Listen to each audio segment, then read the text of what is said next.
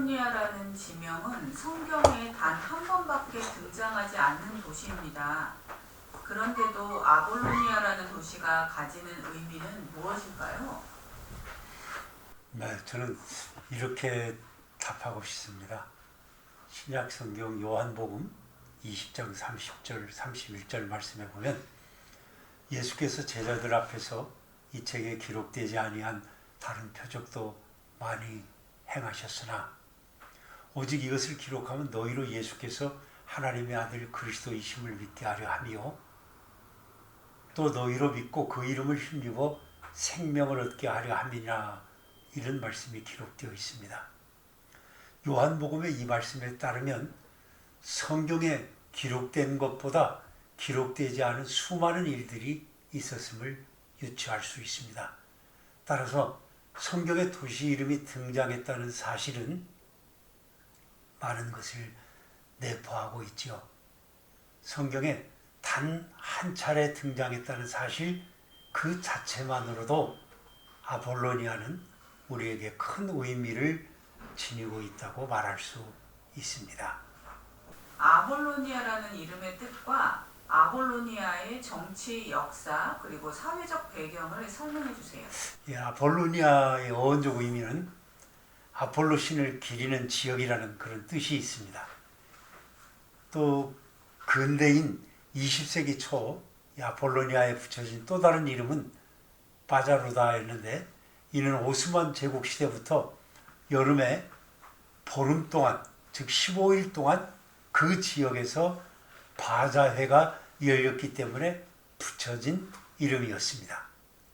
아볼로니아는 지리적으로 데살로니가에서 57km가량 떨어져 있고, 그런데 마케도니아의 왕 필립 1세가 당시 거주민인 할키디에키인들이 아테네인들과 사이가 멀어지도록 그리스도 이전 432년도에 설립하였던 도시입니다. 이 도시에 아폴로 신을 위한 신전을 세웠기 때문에 아폴로를 기리기 위해 아폴로니아, 즉 아폴로니아의 도시라고 하는 그런 뜻으로 불렸습니다. 이 지역은 군사적 관점에서 본다면 굉장히 중요한 역할을 했던 곳이죠. 이 도시는 로마와 비잔틴 시대 그리고 터키의 점령 기간 동안 동서로 진군하는 하나의 전초기지 역할을 감당했던 곳입니다. 아폴로니아는 기원전 350년에 자치도시로 형성되었고 후에 중요한 경제 및 문화 중심지가 되었습니다. 필립 2세와 알렉산더 대왕 시대에는 중요한 군사 및 행정본부가 있었던 곳입니다. 또한 기원전 187년도에는 구리동전을 주조할 수 있는 권리를 얻으며 중요한 자리를 차지하게 됩니다. 우리가 이야기하고는 호모의 서사시에는 고대 아폴로 신에 대해서 이렇게 얘기하고 있습니다. 폭군 아폴로는 이 땅에서 불멸자와 필사자를 모두 다스릴 것이다. 이런 유사한 내용이 요한계시록 9장 11절에 찾아볼 수 있는데, 그들에게 왕이 있으니 무저갱의 사자라. 히브리어로는 그 이름이 아바돈이요 헬라어로는 그 이름이 아볼루온이더라. 여기에서 아볼루온이 아폴론입니다. 이렇듯 고대로부터 성경시대에 이르기까지 아폴론에 관한 이야기가 광범위하게 퍼져 있었고 아폴론을 섬기는 수많은 도시들이 있었습니다. 아폴론을 섬기는 수많은 도시 중 그리스에 속한 곳으로 유명한 곳은 여러 곳이 있지만 그 가운데 바로 이 지역, 여기를 가리켜서 우리가 통상적으로 데살로니가의 아폴로니아다 이렇게 얘기를 하고요. 시노푸스 섬의 아폴로니아 등이 유명했습니다. 아폴로는 죽이다라는 뜻을 가진 아폴리미와 파괴하다라는 뜻을 가진 아폴린, 이런 말에서 유래했습니다. 고대 시대의 죽음과 파괴는 적을 죽이고 부수어 물리치고 승리한다는 의미를 뜻합니다. 아폴로는 어쩌면 너무나 무서운 이름의 뜻을 가지고 있었기에 많은 사람들이 마치 나쁜 일을 예언하는 것처럼 아폴론 신의 이름을 두려워한다고 플라톤은 말했던 것입니다. 이 아폴론의 동상 중에는 한 손에는 질병을 주는 화살을 들고 있고 다른 손에는 약이 담긴 용기를 들고 있는 동상도 있습니다. 이는 아폴론이 가진 파괴와 승리의 이중성을 잘 묘사하고 있는 동상입니다. 화살을 의미하는 것은 바로 바이러스를 말합니다. 이는 신과 연결되어 있습니다. 신이 죄인이나 불신자에게 질병을 던진다는 신화가 많이 있습니다. 아폴론의 상징인 활로 세균이나 바이러스처럼 보이지 않게 죽인다는 의미를 가집니다. 아폴로는 태양신으로 바이러스와는 멀어 보이죠. 하지만 이집트에서는 뜨겁고 치명적인 태양을 전염병의 근원으로 생각했습니다. 이집트 신화와 연결을 통해 아폴로는 태양신이자 바로 질병을 가져다주는 신으로 묘사되어 있습니다. 고대 사람들은 태양빛이 우리를 뜨겁게 달구는 것처럼 보이지 않는 아폴론의 화살이 죽음과 파멸을 불러와 적들을 섬멸한다고 믿었습니다.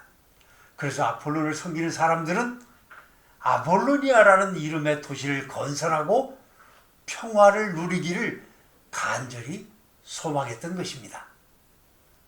그리고 아볼로니아는 볼비 호수 주변에 자리하고 있습니다.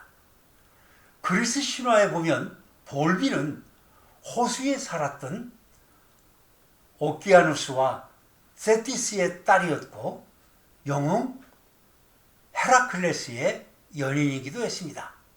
볼비라는 호수 이름은 바로 이 님프의 이름에서 유래했습니다. 이 볼비는 예전에는 배식 호수라고 불리던 그런 곳으로 그리스에서 두 번째로 큰 자연적인 호수입니다. 북쪽에는 에그나띠아 고속도로가 있고 동쪽에는 리치오 강이 있습니다. 볼비 호수는 동서로 길쭉한 모양을 가지고 있습니다. 가로가 19.5km고 세로가 3.4km, 둘레는 54.4km이고 호수 표면의 면적은 70.8제곱킬로미터입니다. 최대 깊이는 37m로 마케도니아 지방에서 가장 큰 호수입니다. 이 지역은 원래 바다로 덮여 있었습니다. 현재 지형은 180만 년 믹도니아 분지의 균열로 인해 가라앉으면서 형성되었다라고 설명을 합니다. 이렇게 바다와 단절되어 큰 호수인 믹도니아 호수가 만들어졌습니다. 많은 양의 물이 스트리모니코스만으로 흘러들어가서 코르니아와 볼비 호수를 형성했던 것입니다. 이 지질 구조 단층을 조사한 분들에 의하면 호수 내부에 많은 온천이 있다는 것을 발견하게 되었습니다. 그중 하나는 남쪽 강둑에 있으며 오늘날 네아폴로니아에는 유황 온천이 있습니다. 이 온천으로 인해서 언제나 높은 수면을 의지하고 있고 수온이 높은 편이지요. 이러한 지질적 구조 형태로 인해 호수는 지진의 발상지가 되어 사람들이 느끼지 못하는 작은 지진이 매일 발생하고 있습니다. 아마도 이것이 요람을 움직이는 터키어인 메식 호수라 불린 이유일 것 같습니다. 실제로 1978년도에 규모가 6.5에 이르는 아주 큰 지진이 호수를 뒤흔들어 데살로니가 도시를 강타하기도 했습니다. 그런데 이 볼비 호수에는 24종의 어류를 포함하는 풍부한 어류가 서식하고 있습니다.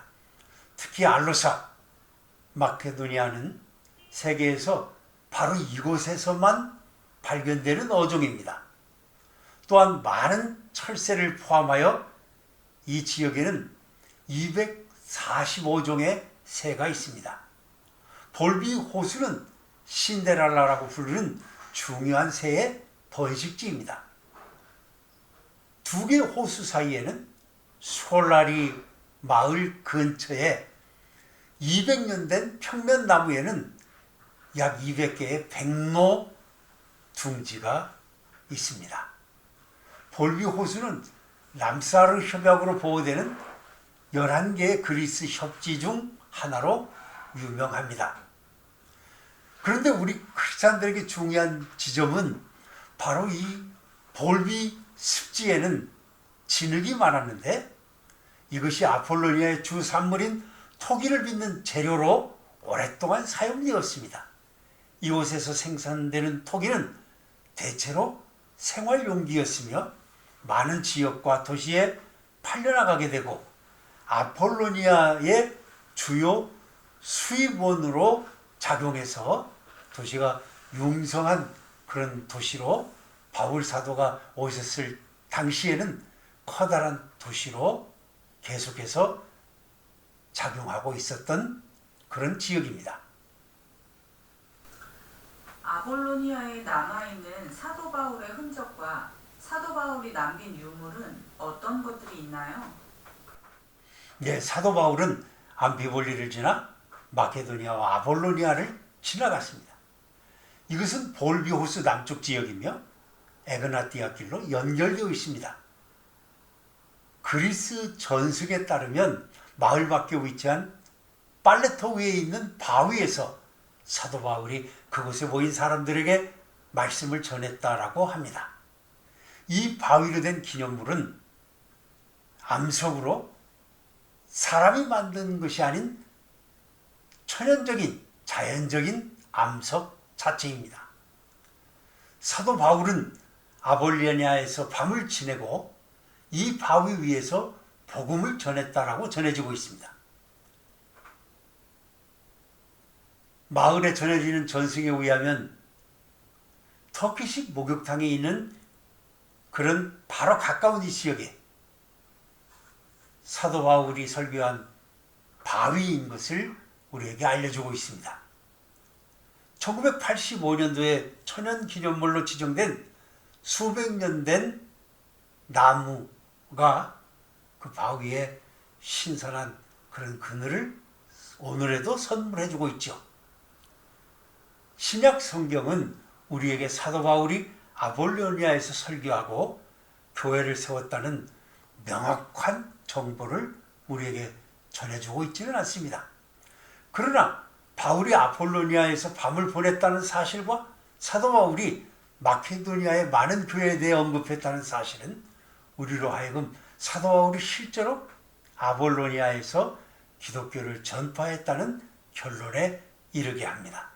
따라서 우리가 사도행전 17장 1절을 다시 한번 살펴보고 새겨보아야 될 지역이 바로 아폴로니아입니다. 최근 기념물은 2011년도에 라기나 마을 외부에 세워졌고 세계 총대주교인 바돌레메오 2세가 명명한 사도 바울의 순례처로 되어 있습니다.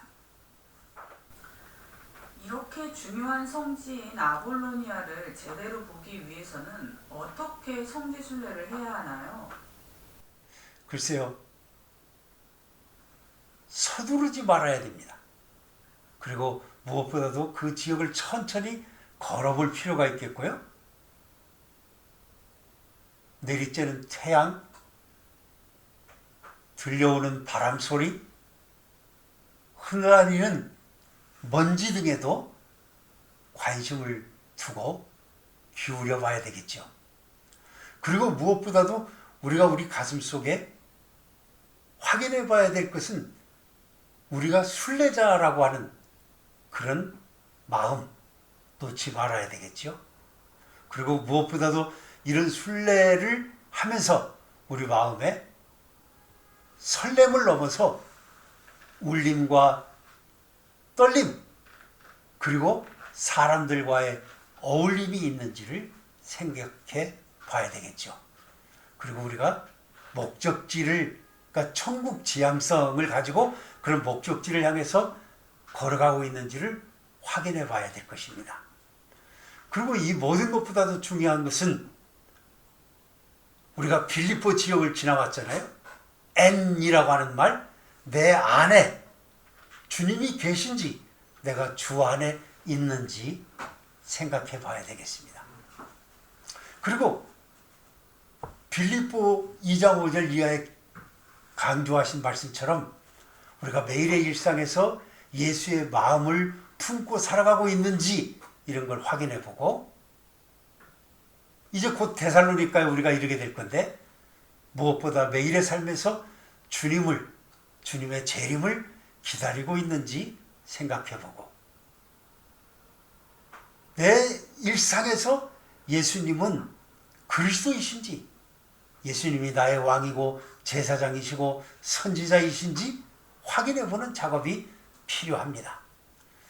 마지막으로 우리가 성지를 순례하면서 다녀보면 무너진 건물, 다 제대로 된 건물도 없고 돌 무더기들, 이런 것들을 보면서 우리는 이 세상은 우리가 영원토록 거하는 영존처가 아니구나, 이런 것을 생각하고 영원한 것에 관심을 가지고 하나님이 영원하시고 하나님의 말씀이 영원하고 우리의 영혼이 영원한 것을 깨달아서 어디에서 어떤 영혼을 보낼 것인가, 이런 생각으로 성지를 순례하면 좋을 것 같습니다.